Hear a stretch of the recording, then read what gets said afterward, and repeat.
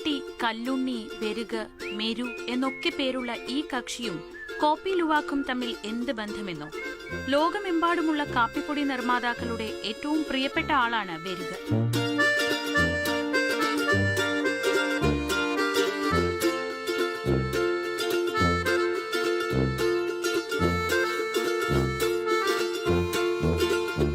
രാവിലെ തന്നെ കാപ്പിത്തോട്ടത്തിലെ ജീവനക്കാർ തിരക്കിലാണ്.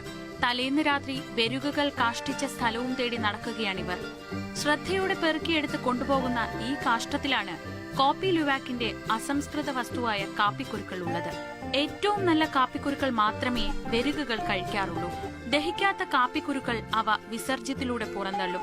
വെരുകുകളുടെ പ്രത്യേക ദഹനരസം ചേരുന്നതോടെ ഈ കാപ്പിക്കുരുക്കൾക്ക് പ്രത്യേകതയുള്ള ഒരു ചോക്ലേറ്റ് ഫ്ലേവർ ലഭിക്കുന്നു.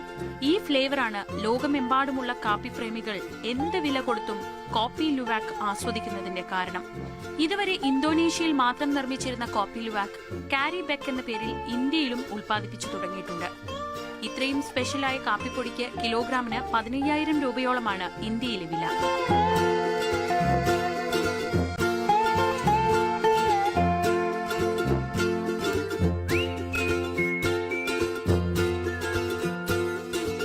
News desk, Mathrubhumi news.